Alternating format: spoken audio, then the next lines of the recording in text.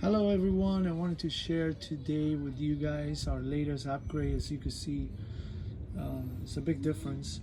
Honda 2200 full start to the Cummins 4500 with an electric starter, a battery, it has wheels, it has a 30 amp outlet and a handy carry away. As you can see, it's not that heavy either.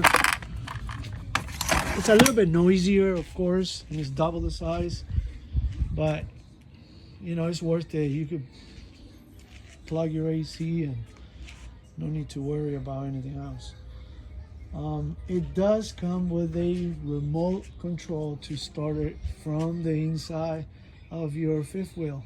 You don't have to go out there anymore and pull the string.